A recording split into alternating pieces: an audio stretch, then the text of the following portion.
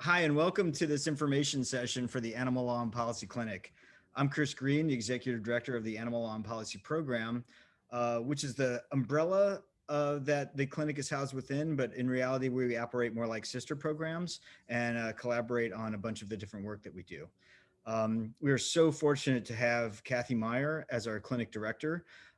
She, no exaggeration, is probably the most experienced animal protection litigator in the world. Again, no exaggeration. She's also been a remarkable mentor to many of the students as she prepares them to be both experienced attorneys and future leaders in the field. And indeed, many leading figures in the animal protection movement received their first training from Kathy at her law firm, Meyer Glitzenstein, which she ran for 26 years. Those include folks at Lewis and Clark's Animal Law Litigation Clinic, Yale's Animal Law and Ethics Program, the Good Food Institute, Animal Welfare Institute, Animal Outlook, Rights for Animals, and the Humane Society of the United States.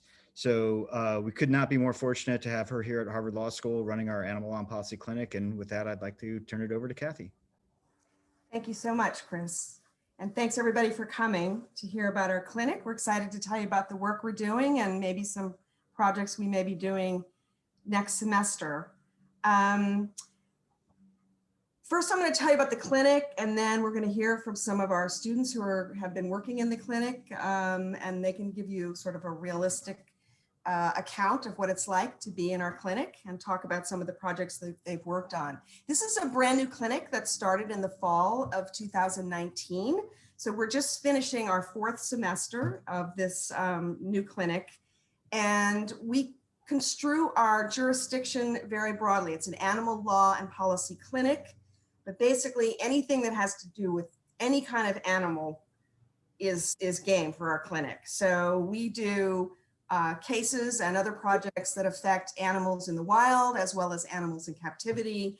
And we've done projects that range from protecting farmed animals to doing something about the catastrophic effects of climate change, to trying to reduce the amount of plastic that's in the ocean, to supporting efforts to transform the food system from a meat-based system to an alternative protein system, and many other kinds of cases. Anything that has anything to do with animals is fair game as far as we're concerned.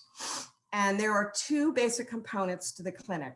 There's the clinic part where you're actually working on projects, and you can take that for up to 5 credits. And there's 4 hours per credit. So it ranges from 2 to 5 credits, depending on where you are in your law school life. And then we also have a seminar that accompanies the clinic. And that's a 2-hour seminar that we do every week. And the seminar is used basically to teach you some of the substantive law, but more often the skills, the practical skills, and the issues that will come up not only in an animal law practice, but in any kind of public interest practice. And this is something that I have a lot of experience with, having litigated many cases in this arena. So for example, we spend a lot of time talking about Article 3 standing, because if you don't have Article 3 standing, you don't get through the courthouse door, and you never get a judge to hear the merits of your claim. We talk about how to use the Endangered Species Act to protect both animals in the wild, but also animals in captivity. We talk about the Animal Welfare Act. We talk about state animal cruelty codes. And we talk about how to get emergency injunctions, those kinds of skills. We talk about strategy. We talk about the Freedom of Information Act, using that as an adjunct to public interest advocacy, a very important one, I might add. So, and we also have guest speakers who come and talk about their particular area of expertise. We had a senior attorney recently from the Humane Society of the United States who talked about the puppy mill issue. And we've had attorneys from the Good Food Institute talking about some of the very hot issues right now in terms of labeling, First Amendment issues that surround the labeling of non-meat alternative products. So basically the way I run the clinic is at the beginning of the semester, we go over the projects that are pending or new projects, and I describe them all to the students. And then we have a rating system, and we let you think about which projects you would most like to work on, which projects you have absolutely no interest in working on. And then we have a little rating system and you give us that information and we try to pair each student with the project that they are most interested in working on. And so far, we've actually been pretty successful in being able to do that. And then what we do is we assign, one student is lead counsel on the project, and then every student is also co-counsel on somebody else's project. And the reason we do that is because we try to operate the whole clinic as a small public interest law firm with me as the senior partner and the rest of you as the associates. And part of practicing public interest law or any kind of small law practice is learning how to work with co-counsel. The other thing is I don't micromanage the relationship between the lead counsel and the co-counsel. I let you all try to figure that out, what works best for you. Some people have particular skills that they can bring to bear on a project that another person might not have, or whatever. So we just give you the project, we let you figure out how you want to divide it up. And then I am here to supervise you at every step of the way. We go over outlines, I edit drafts, we have meetings, etc. And I'm just totally accessible. Whenever you need me, want me to look at something or have a question about something, you can email me or call me or text me or whatever. That's the way it works. But I do try to give the students as much responsibility for their projects as possible. So for example, if you're the lead counsel on a project, you're the one who's going to be meeting with the clients, drafting the motions, drafting the complaint if we're filing a lawsuit, meeting with the experts, drafting their declarations, gathering the evidence that is needed, for example, to support a rulemaking petition, etc. And so that's the way you learn by doing.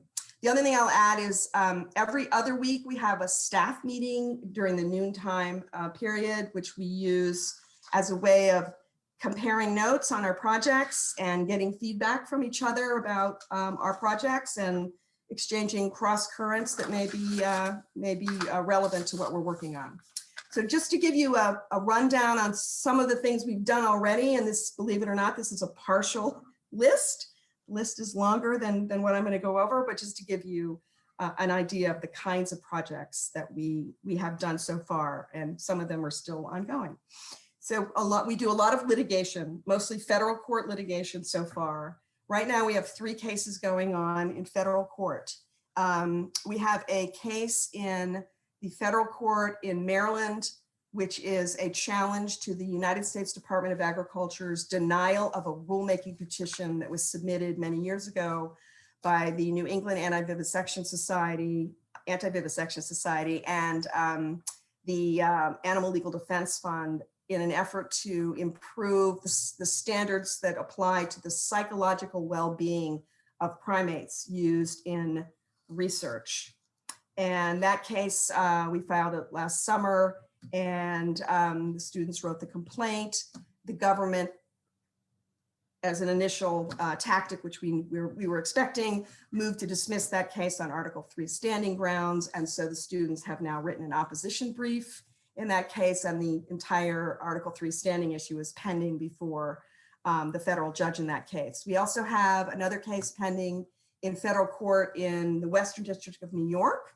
It's also a challenge to the USDA's denial of a rulemaking petition. This one was submitted by our clients, the Animal Welfare Institute and Farm Sanctuary, in an effort to convince the USDA to issue standards that would govern the humane handling of the more than 9 billion chickens and turkeys that are slaughtered every year in this country for food.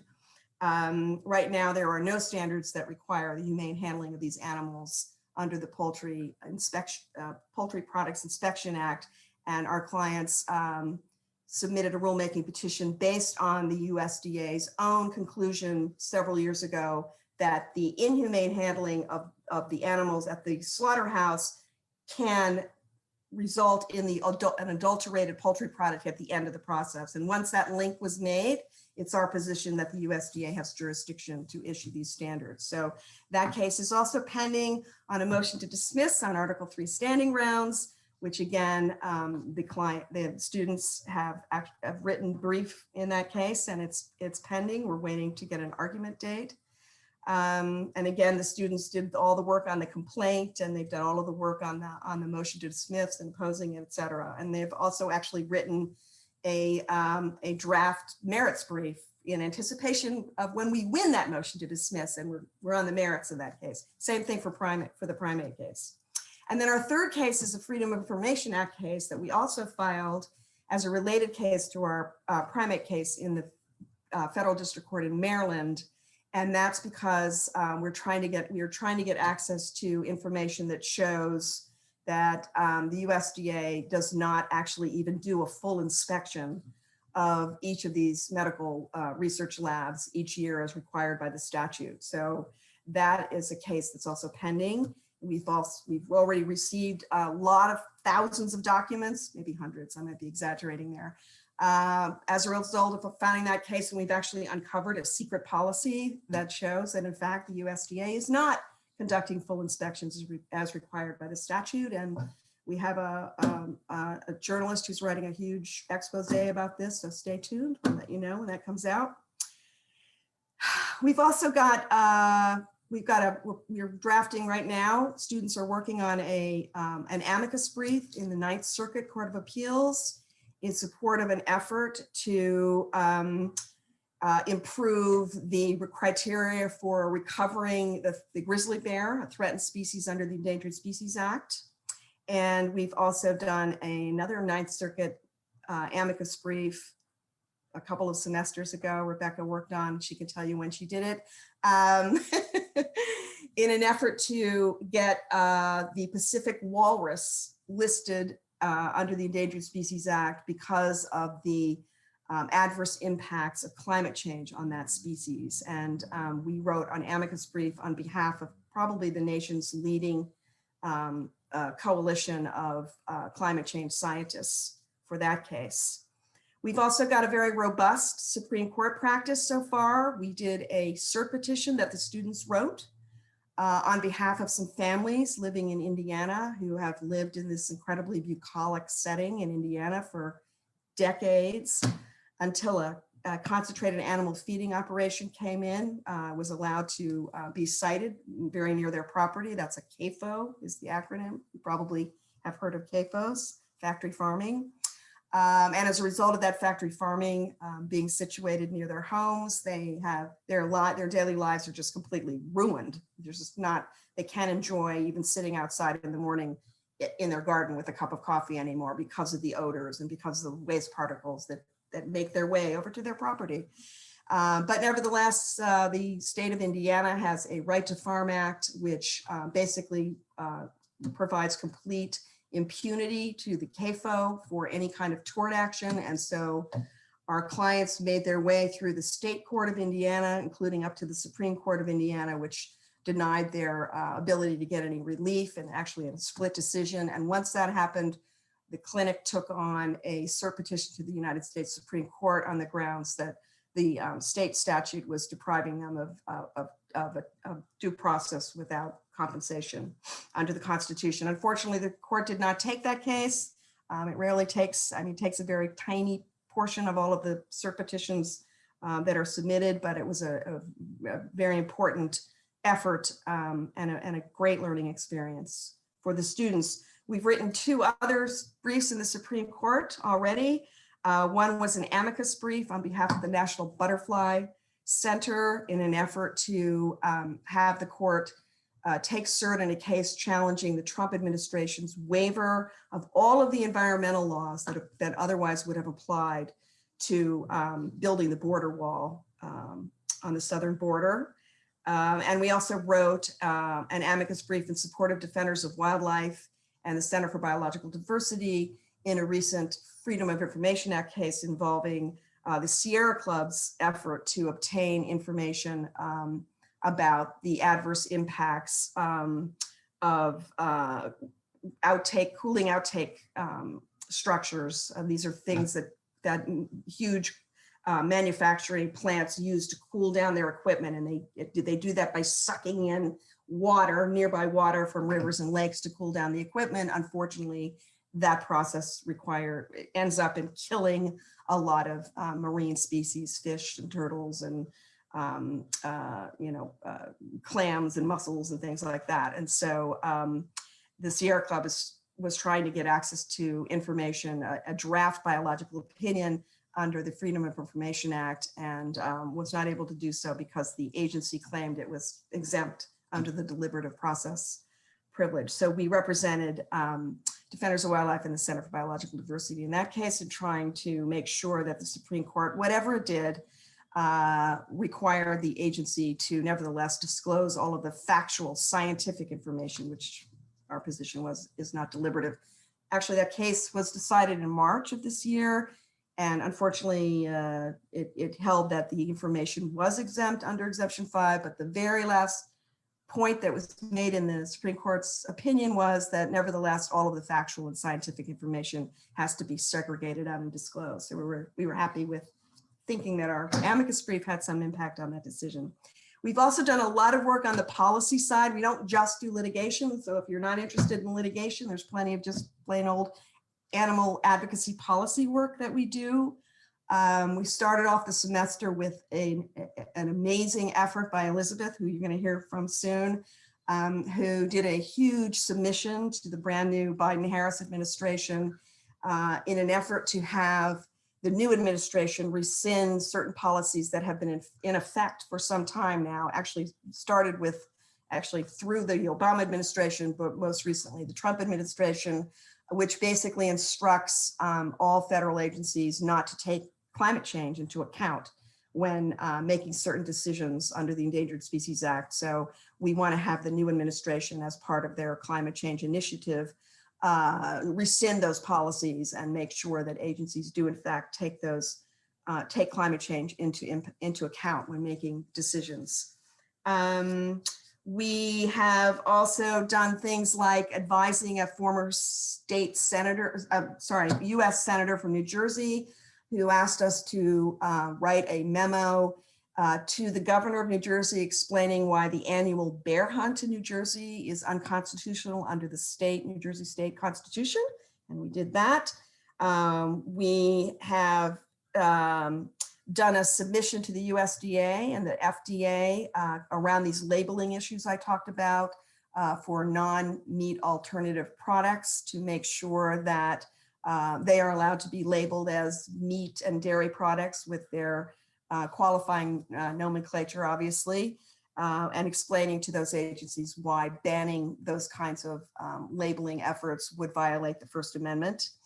And we're working on a huge submission right now to the Bureau of Land Management concerning the wild horses who are out in the West and are supposed to be protected under the Wild Horse Protection Act. And we're trying to get better standards established for the humane handling of those horses, both when they're taken off the range and also when they're put into long-term holding facilities. So that's just a sample, believe it or not. That's a sample of what we've done so far and the kinds of things that we're working on. I think right now we'll just hear from Sarah Pickering, who is our communications director. And the reason we have a communications director is whenever you're doing any kind of public interest advocacy, it's pretty crucial to have a communications component to that work, because everything you do, obviously, you want the public to know about. And even if you lose the case or the petition for rulemaking is denied or whatever, using it as a vehicle to get media coverage and thereby educate the public about your issue and the importance of the issue and informing the debate on that issue is absolutely critical to advancing protection for animals. So with that, I'll give it to Sarah to say a few words about what she does. Thank you, Kathy, and thanks everybody for coming. It's wonderful to see this much interest in the clinic. Certainly if I was a law student, I would want to take this clinic. Not only is it fantastic in terms of the mentorship that you get, but you know, we also have some fun, and there's some great camaraderie in such a hardworking team. So as Kathy mentioned, it's really important to support litigation and policy work on behalf of animals with outreach to the media and to the public in general. It's a way of educating people and reaching decision makers who you're trying to influence. And Kathy is wonderful at putting the students at the front of that. So if you're working on a case and it's worthy of media coverage, you would have the opportunity to speak to a journalist and to be quoted in the media. For example, in our primates case, one of the students, Brett, who worked on that and is graduating this year, was quoted in the Boston Globe, and we have this big science magazine feature coming out. And if that seems a little scary and you've never had any contact with the media before, we do provide training, and I'm there to support you in that process. And I might just add that our website, animal.law.harvard.edu, is a wonderful resource to go to and learn more about the clinic and the events that we have that you're welcome to, whether or not you're taking the clinic, and that might inspire you to do so in a future semester. Thank you. So now I thought we'd hear from some of the students who can give you a more realistic idea of what it's like to actually be in the clinic. And we're going to start with Elizabeth, who's actually taken the clinic 3 semesters, 3 out of 4 of the semesters. Sure, yeah. Hi, everyone. My name's Elizabeth. I'm a 3L. I am a huge fan of my time in the clinic. I enrolled in it the first semester. It was available last fall. And then I've done it both semesters this year, my 3L year. And I've had such a wonderful time in the clinic, and I've learned so much. The animal law and policy program is part of why I came to law school. I thought maybe I wanted to do environmental law, maybe I wanted to do animal law, and try to figure it out. And having this clinic be opened as an opportunity during my time at law school has been an exceptional opportunity. And I'm so grateful for having gotten the chance to work on these projects, and with Kathy and Sarah and Chris and everyone else in the clinic. It's been really fulfilling and exciting. As Kathy mentioned, last semester that sort of went through this semester, we worked on a big submission, a letter to the what we hoped would be the Biden administration, and ended up being the Biden administration, trying to get them to rescind some policies that prevented agencies from thinking about climate change when deciding whether or not to consult under the Endangered Species Act. And that effort required talking to dozens of scientists and lawyers out there who are working in this field to try to get them to sign on. And talking to all of those signatories and building a coalition and working with our client to make sure that everything was as strong legally of an argument as it could be was so exciting, and kind of like a very unique experience at the law school. I think a lot of times you get theoretical doctrine in classes, or you get to write memos or that sort of thing, but being able to actually do some of the coalition building and advocacy work and talk to the people who are in the field, and then draft and work through edits with Kathy and other great lawyers out there was such an incredible experience. And hopefully the petition, the letter, will do some good. We're fingers crossed on that. Other experiences I've had in the clinic, I've helped draft briefs, I've written memos, I've written, working right now on a lengthy petition related to captive Canada lynx under the Endangered Species Act. And I mean, the list goes on and on. I could talk forever about my clinic projects. I've had a really, really great time. One thing I'll say about the clinic is that you learn so much about the different statutory schemes while you're in your time here. So, to be able to research and write about whatever the project is you're working on, you really have to learn the law. And I think that's a really unique way to do so in law school, especially because there's only so few animal law specific course offerings. I mean, more than many schools, but still, to really be able to delve into a statute and figure out how the regulations work and figure out what the agency's saying about it, and then learn how you can make a difference is completely invaluable. So yeah, I've had a really wonderful time. I really recommend the clinic to anyone who's thinking about it.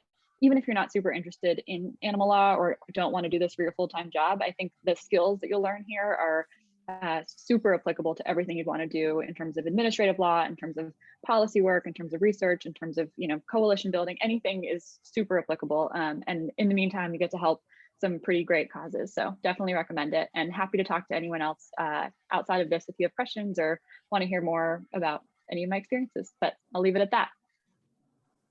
Thank you very much. Let's hear from Rebecca next. Thanks, Kathy.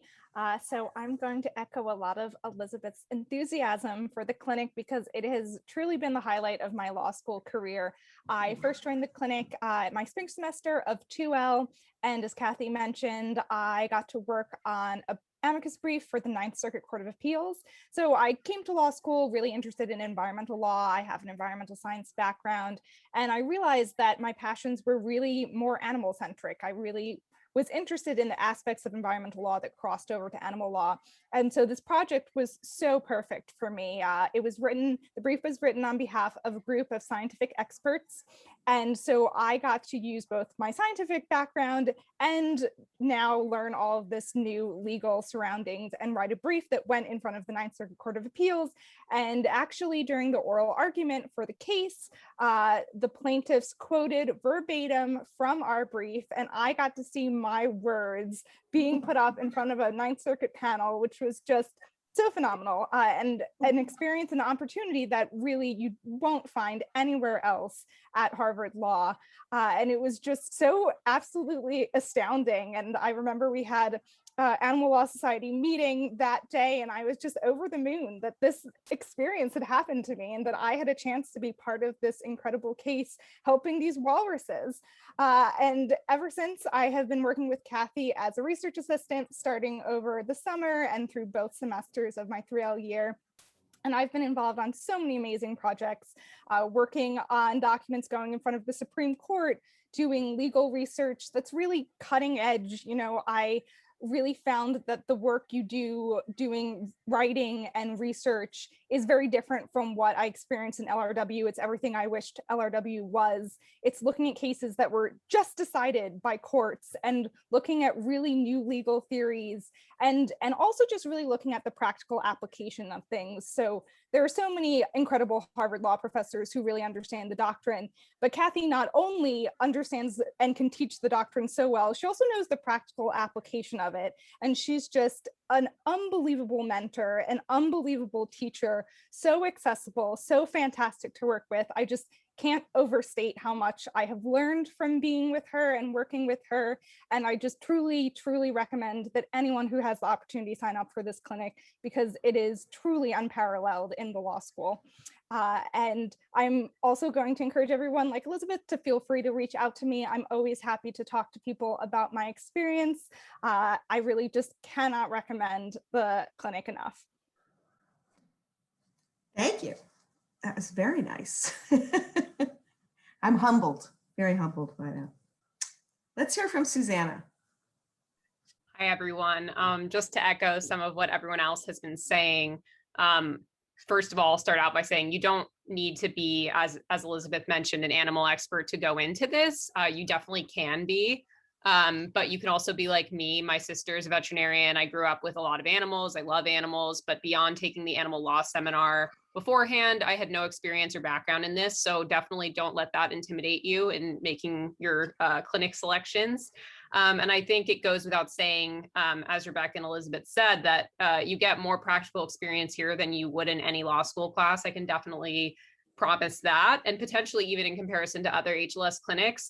We do the research, we lead the client meetings, we write the briefs. So you're really kind of the leader in the entire trajectory of the project. And Kathy is so accommodating and understanding. So you get all the advantages of maximum substantive work without feeling the stress that usually comes with those expectations. So you can write an entire brief, have the comfort of knowing that even if it's very rough, you'll be entirely supported in revising it and making it better without worrying about getting judged or, being told that it's just like total crap.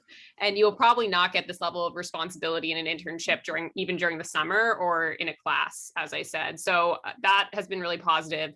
And I think it's also really helpful, in my case, for people who don't know what practice area they want to pursue after graduating. So I, despite being an English major in college and considering myself a pretty reading and writing intensive person, I really hated LRW as a 1L. And that kind of almost, made me decide to not even consider litigation altogether.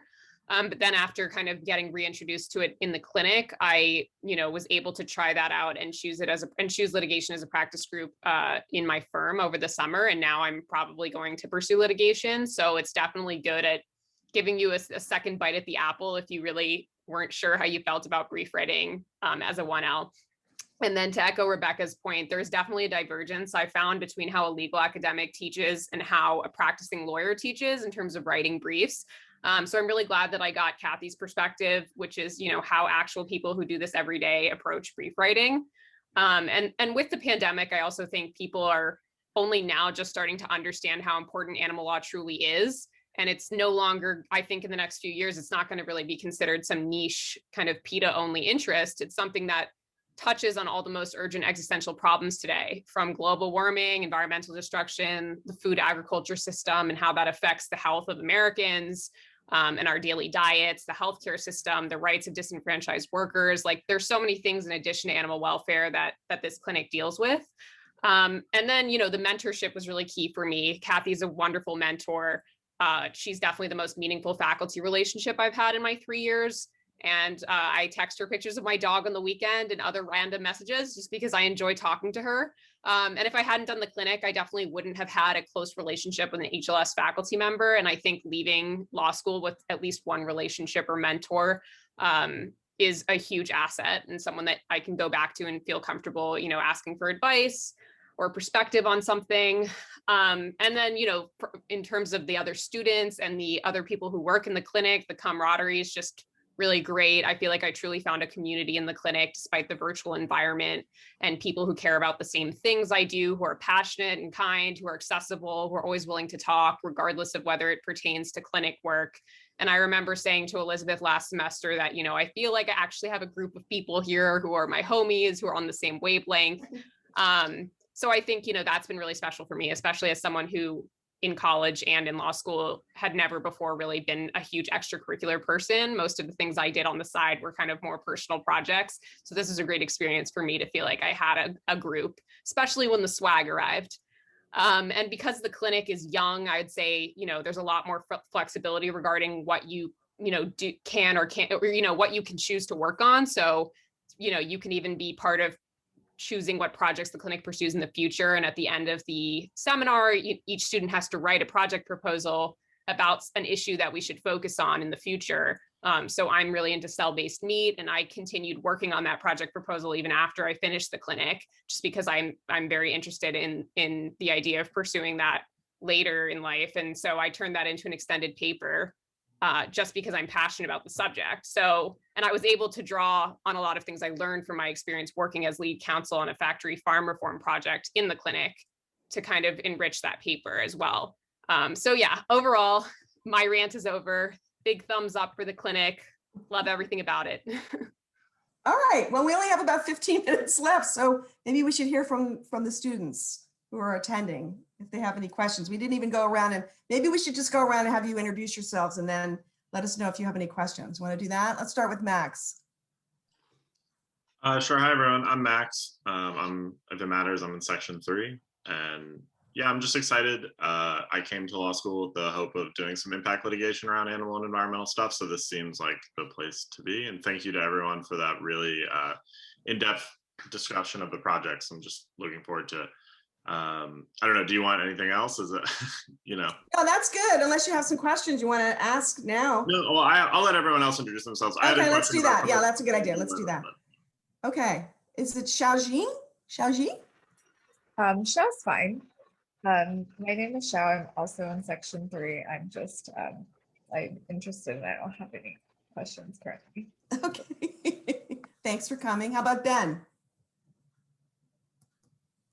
Hey everyone, my name is Ben. I'm in section 6. I'm also in the wildlife law seminar right now, and so very interested in the subject matter. I don't really need to be sold necessarily on the clinic. I've already basically decided that I want to try to do it at least once. So this is just really exciting to hear, I guess, the sort of details about what all of the students are doing. I don't know that I have really any questions that go beyond exactly what Elizabeth and Rebecca and Susanna got into. So I'm just thank you, all of you, for all of your sort of introductions and commentary. Fantastic. Rachel, you want to go next? Yeah, sure. I'm Rachel. I'm in section 2. Have really benefited tremendously from all of the amazing events that Animal Law Society has put on. this year and very interested in doing the clinic, at least for a semester. Also come to law school with a background in refugee and immigration policy and advocacy, but think there's a lot of really important intersections in those fields that I'm particularly interested in exploring. And yeah, I'll leave questions until after everyone introduces themselves. Great. Awesome. Emily? Hi, I'm Emily. Sorry I was late at the beginning. I had some office hours, but I'm also in Section 3 and came to law school with a background in animal protection related work. So I'm very excited about the clinic and interested in it, and like Ben, already sold and planning to participate. So since I missed the beginning, I don't want to cause reiteration of things that everybody else already heard, but if we have some time at the end, I would love to hear what projects you're anticipating there being this coming fall and spring semester. Thanks. Arlene? Hi, my name is Arlene. I'm in Section 2 with Rachel. I am interested in economic development, but I have just a personal interest in like animal rights and environmentalism.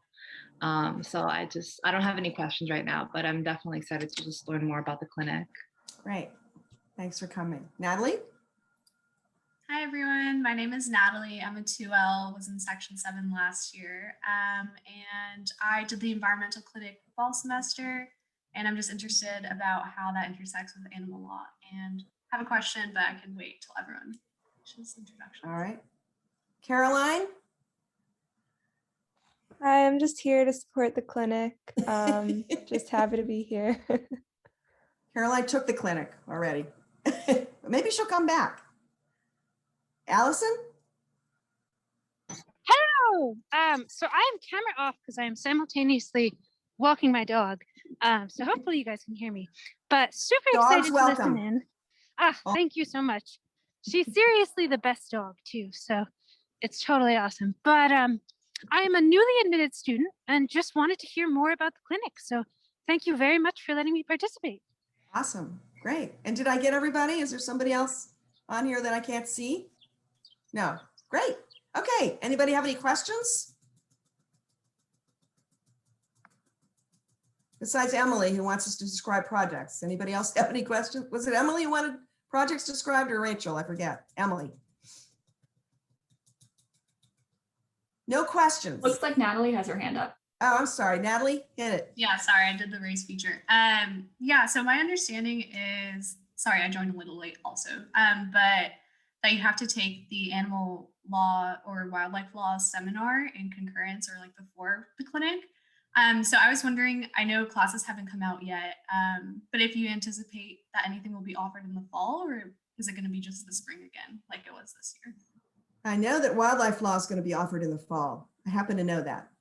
Okay. Oh, animal law, I think, is going to be in the spring, right, Chris? Is that right? Yeah.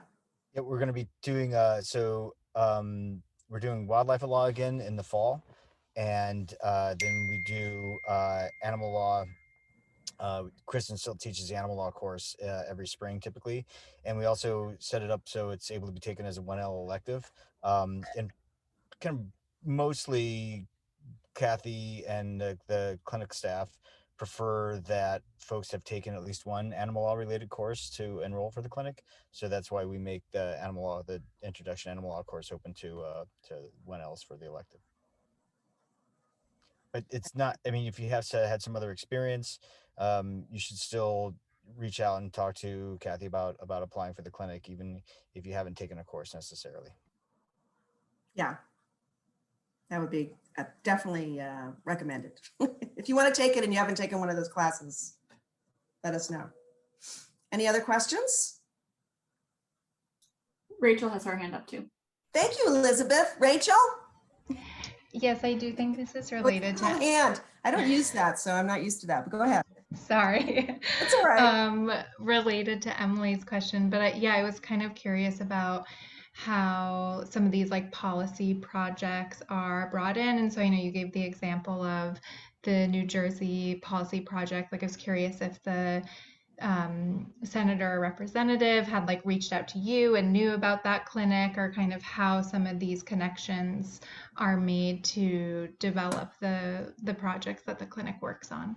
Excellent question. Well, basically, because I practiced in this area for almost 3 decades, I have a lot of connections with the environmental world and the animal law world and the public interest world. And in my prior practice, we represented pretty much all of the national environmental groups, all of the national animal welfare rights groups, a lot of grassroots groups around the country. And so people are familiar with our work, and they knew that I was coming up to Harvard to head up the clinic.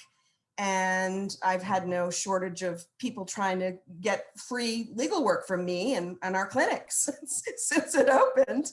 In my private practice, I had to charge them, in order to, make a living. And now I don't have to do that because, we're doing it out of Harvard. So it's a great opportunity both for the clients who now would like us to do these innovative, creative cases and projects pro bono, basically. But it's also great for us because now I don't have to, we can just pursue a lot of projects that I've been interested in for years, but wasn't able to get a paying client to pay me to work it up and develop it. So it's a win-win situation on that score.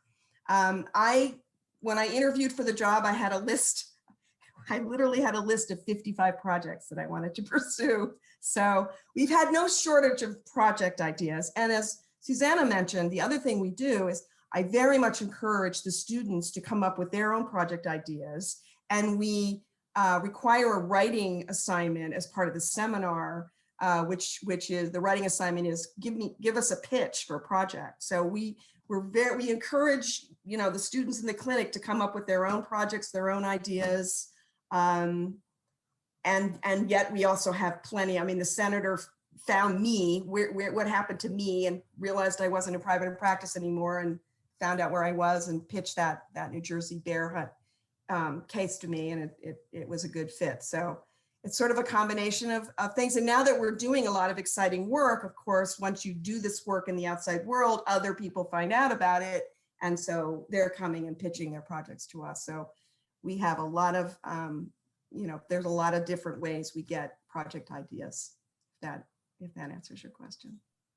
Can I add something to that? Sure. Just to put a finer point on it from the student perspective. It is one of the best parts of the clinic that Kathy and the leadership of the clinic encourage students to be the people to interact with the clients. I think you get a lot of hands-on, face-to-face, when we have meetings with the clients, I run that meeting. And so that for me, I mean, I know that it's totally fine if you don't want to go into animal law for your career, but I do. And so it's a really meaningful and important opportunity for me to get to make these connections while I'm still in law school, and show that I'm competent, show that I can run a meeting and put out a good work product. And it's different than meeting someone at a conference when you actually are the one sort of working with them as a student. And I think that networking is pretty invaluable. And so Kathy, through her broad network, and the fact that she gets projects from so many different types of organizations and works with so many different types of people really matters for you as a student, because you also now have access to that, that breadth of a network and all of those different lawyers and all of those different organizations. So as it's important for the clinic to have all that experience, but it's really important, it has been for me as a student, to be able to interact with so many different people. And Kathy's name carries a long way. So if you're out interning somewhere and you mention Kathy Meyer, people know who she is, and that's really cool too. So for a good time, Kathy Meyer. Yes, that's exactly right. But yeah, just to put a sort of different perspective on your question, I think that interacting with the clients is a really big part of the clinic, and it's really beneficial. Yeah, that's a great point. If I didn't mention this, I would like to emphasize that I really do try to give the students as much responsibility as I can, because you learn by doing. So as Elizabeth mentioned, you're the ones who are going to meet with the clients, you're the ones who are going to interview them, you're the ones who's going to go out and get the evidence we need to make our best arguments, you're the ones who are going to do the legal research, you're the ones who are going to contact the experts and draft their declarations. I'm always here to supervise you in those endeavors, but I really want you to take as much responsibility as you possibly can in each project. Any other questions before we try to do a tiny little summary of the cases we're working on? All right. Am I missing any hands? No hands. Okay, great. Yeah, so I did a rundown of everything we're working on already. And Chris, I think, put in the chat room the end of the year report for last year, which also has a rundown of projects in it. We've got a lot of litigation going on right now, and we're actually getting ready to file another case in federal court. So federal court litigation, we are representing some animal protection groups and some a farm sanctuary group in a case involving trying to get better standards or trying to get any standards at all for the humane handling of poultry in the slaughterhouse, the 9 billion plus chickens and turkeys that are slaughtered every year. We're also, and we have a case in federal court in Maryland where we're trying to get better standards for the psychological well-being of primates used in research. Those cases are going to go on next semester. They're pending right now on motions to dismiss on standing, Article 3 standing, which the students handled. And we also have a Freedom of Information Act case that's going to go on next semester. We probably will be bringing another case challenging this illegal policy that we found out about under the Freedom of Information Act that the USDA has in place. That allows or not just allows, but mandates that their inspectors not do full inspections of medical labs if they're accredited by an industry-dominated accreditation group, which is totally illegal. So we have a bunch of litigation going on. We are working on, we have some petitions that we have filed with various rulemaking petitions with various agencies, which we are both supplementing and waiting to see what the responses are going to be. And depending on what those responses are going to be, we may or may not file lawsuits over those things. We're working on a lot of sort of in the alternative meat space. We have some projects going on. We're advising clients about those issues and the First Amendment issues that go along with those issues, the labeling issues. We've got, we're doing some CAFO work. We have a lot of really innovative climate change work that we're working on right now, which I can't get into in too much detail because it's protected by attorney-client privilege. We've been working up some cases involving plastic and reducing plastic, particularly in the oceans. So we've got a lot of stuff going on. We might try to do away with dog racing, which we're thinking about doing something on that. We've got some pretty bad roadside zoos we might go after. We've got, I'd like to get rid of rodeos, blatant animal cruelty. Anyway, the list goes on. So I'm not sure, we have to see where we are when the semester starts and what needs to be done and where there's room to do sort of longer term projects. We have some immediate stuff that needs to be done on cases that are pending. And then we have some more longer term policy wonky kinds of projects that we're working on. And, if you want to contact me, after this is over, or any of you want to talk to any of the students or me about, more detail on these projects, we're available for that. But that's kind of an overview. Any other questions or anything anybody else wants to say? Sarah, do you want to say anything else about the media work? No, I don't think so. Just for those that join late, it's an important element of the experience that you'll have at the clinic that we'll try and get coverage in the media of the cases that you're working on, and it would be you that would have the opportunity to take the interview, and I provide media training where that's needed if you haven't had that experience before. I may have been multitasking, but I missed Arlene in the intro, so I hope we didn't miss anyone, but if we did, thank you so much for coming, and there is still time to ask a question if you have one, and by email afterwards to any of us as well. I see Allison. Thank you, Sarah. Allison, you've got your hand up. Oh, sorry. I just have two quick questions, actually.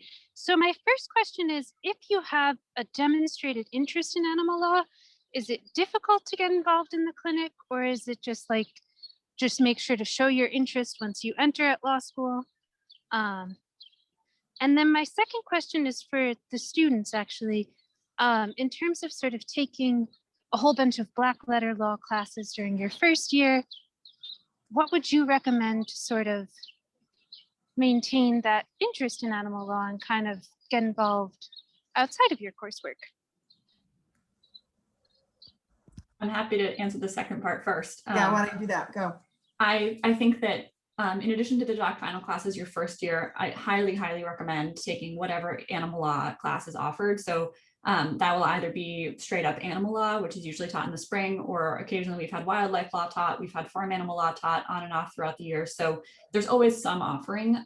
So I would take whatever is offered. I think another class that's tangential, but a lot of people end up taking is environmental law. You often learn the Endangered Species Act, in that class, which is helpful for animal purposes.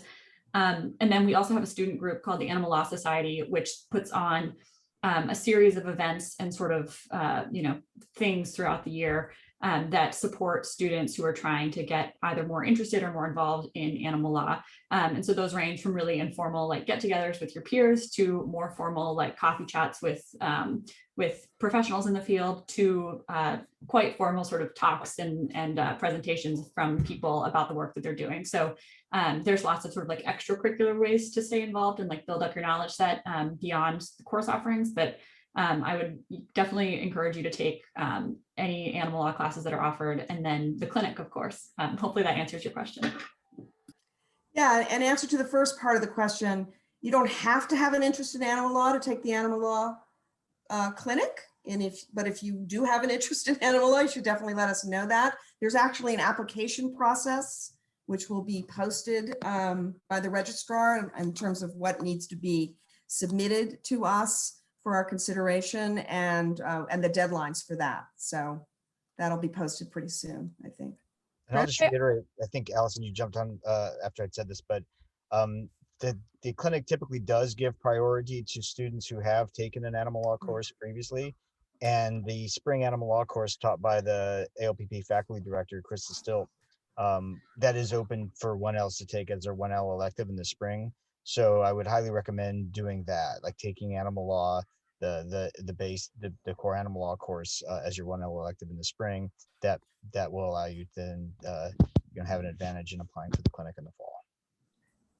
I want to jump in quickly to say that I know Professor Stilt taught a reading group this year that you could take as a 1L, and usually there is some animal or environmental reading group that you can take your first semester as a 1L, and that for me was a good way to have a little bit of a break from the black letter law classes that are required. So I definitely encourage, I don't know if Professor Stilt is teaching it again next year, but she's phenomenal.